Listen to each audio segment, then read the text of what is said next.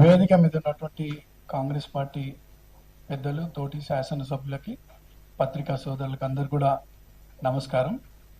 మరి గత 3 రోజులుగా జరుగుతున్నటువంటి పరిణామాలు చూస్తుంటే ఒక యువకుడిగా, కాంగ్రెస్ పార్టీ శాసనసభ్యుడిగా, కార్యకర్తగా చాలా బాధాకరంగా ఉంది. ఎందుకంటే ఒక వర్కింగ్ ప్రెసిడెంట్గా, ఒక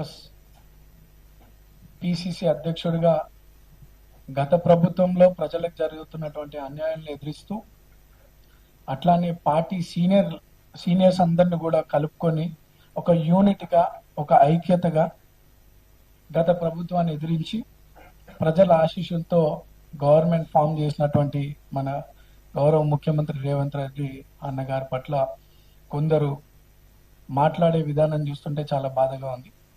ఎందుకంటే అధికారం వచ్చిన తర్వాత ప్రజలు ఇబ్బంది పడొద్దని చెప్పి ఇచ్చినటువంటి మాటలు, సంక్షేమ పథకాలు ప్రజలకు అందుబాటులో తీసుకొస్తూ, అభివృద్ధి కార్యక్రమాలు తీసుకొస్తూ పార్టీని బలంగా తీసుకుపోతున్నటువంటి ప్రయత్నంలో కొందరు పార్టీని బలహీనపరచాలని, గౌరవ ముఖ్యమంత్రిని బలహీనపరచాలని చూస్తూ ఉన్నారు.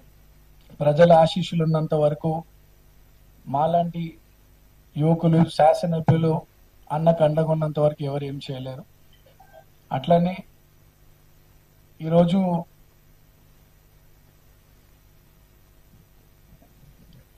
అనేక మంది యువకులకి పార్టీ అవకాశం కల్పిస్తుంది. గౌరవ ముఖ్యమంత్రి గారు, కాంగ్రెస్ పార్టీ ప్రజలకు అందుబాటులో ఉంటూ కాంగ్రెస్ పార్టీకి కష్టపడుతున్నటువంటి చాలా మందికి శాసనసభ్యులుగా, శాసన మండలి సభ్యులుగా, అట్లనే చైర్పర్సన్స్ గా ఎన్నో అవకాశాలు కల్పిస్తూ ఉంది పార్టీ. ఎగ్జాంపుల్, నేను కూడా ఈ వేదిక మీద ఉన్నా. నేను పార్టీకి 3 సంవత్సరాల క్రితం వచ్చినప్పటికి కూడా పార్టీకి ఉపయోగపడుతున్నా, సమాజానికి ఉపయోగపడుతున్నానని చెప్పి పార్టీ తరఫున ఒక యువకుడిని, ఒక బీసీ యువకుడిని ప్రోత్సహించాలనే ఆలోచనతో నాకు అవకాశం కల్పించింది కాంగ్రెస్ పార్టీ.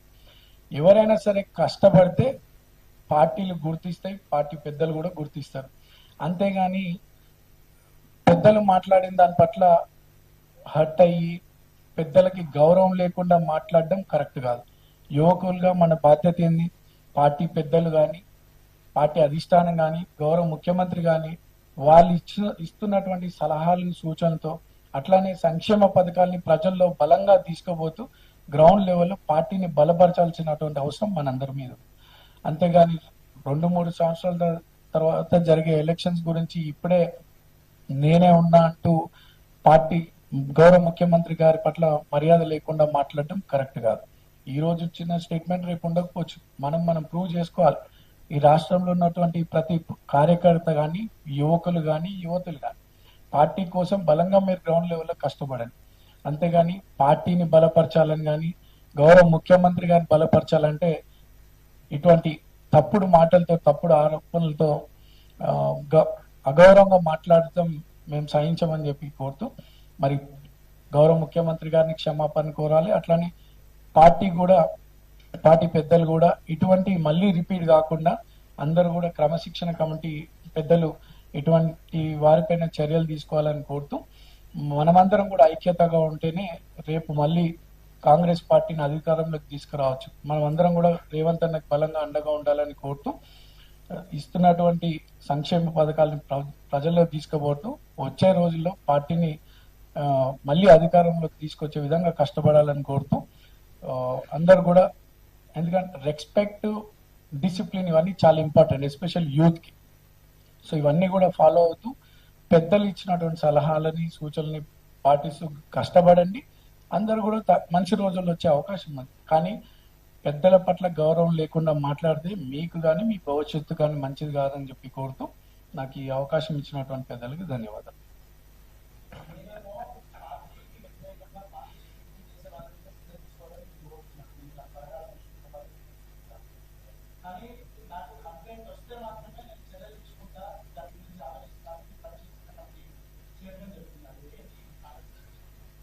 ఇప్పటికే క్రమశిక్షణ కమిటీ చైర్మన్ గారు నోటీసులు ఇవ్వడం జరిగింది. ఆ నోటీస్ అందుకున్నటువంటి తరుణంలో చిన్నారెడ్డి గారు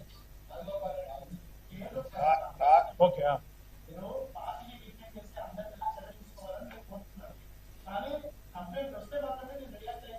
ఇప్పుడు మాట్లాడేది కంప్లైంట్ ఇప్పుడు ఇప్పుడు మాట్లాడేది కంప్లైంట్ అని రాజగోపాల్ రెడ్డి గారు మాట్లాడిన దాన్ని వారు మాట్లాడినా ఎవరు మాట్లాడినా దీనిపై పార్టీ క్రమశిక్షణ చర్య తీసుకోండి మాట్లాడాలని చెప్పడమే మా ఉద్దేశం. ఎవరెందుకు మాట్లాడలే? మితిమించిపోతాను, రోజుకొకరు మాట్లాడతారు, ఒకరు చూసి ఒకరు కాబట్టి ఇలా చెప్పాల్సి వచ్చింది.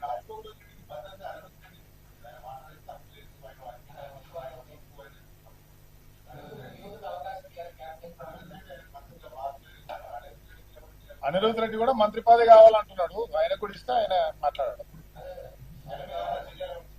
ఇప్పుడు మీడియా మిత్రులు మీడియాకు వచ్చి మాట్లాడకూడదు అంటే అంతర్గతంగా మాట్లాడుకోవాలని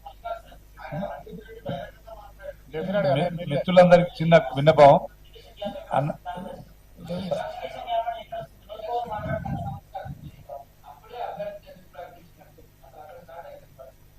ఒక్క విషయం బాయ్ సాబ్, నేను ఎమ్మెల్యే ఉన్నా, నా కాన్స్టిట్యున్సీకి వచ్చి ముఖ్యమంత్రి గారు ఏదో ఒక ఇనాగ్రేషన్ ప్రోగ్రామ్ చేస్తారు. నేనే కాదు, మేమందరూ ఎవరైనా. రాజ్ ఠాకూర్ ఈసారి ఎమ్మెల్యే కాదు, ఫలానా వ్యక్తి ఎమ్మెల్యే అని డిక్లేర్ చేస్తారా?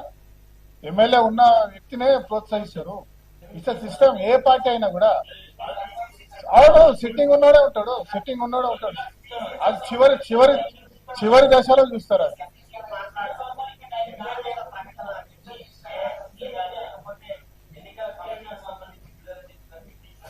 అది చివరి దశలో, ఎన్నికల సమయం రాలే. ఇప్పుడు ముఖ్యమంత్రి గారు శాసనసభ్యుడిగా, వారి ప్రభుత్వంలో ఒక శాసనసభ్యుడిగా, కాంగ్రెస్ పార్టీ శాసనసభ్యుడిగా ఇంకా 2 సంవత్సరాల సమయం ఉన్నప్పుడు ఈ శాసనసభ్యుని తీసేస్తామని చెప్తారా? చెప్పలేరు కదా. ఏ పార్టీ చెప్పలేడు, వేరే ఏ ముఖ్యమంత్రి చెప్పలేడు.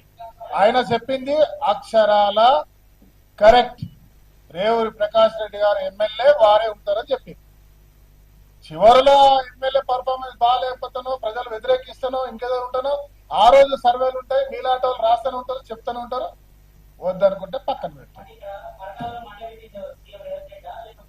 ఎవరు పెట్టలే, వారు కరెక్ట్ గా వారు చేసిండ్రు. మా సోదరి సుస్మితకు అభద్రత భావంతో, తొందరగా మాటలు మాట్లాడింది. రేపటి డీలిమిటేషన్ బట్టి, రిజర్వేషన్ బట్టి థ్యాంక్ యూ. కుట్రదారు కుట్ర చేయొద్దు.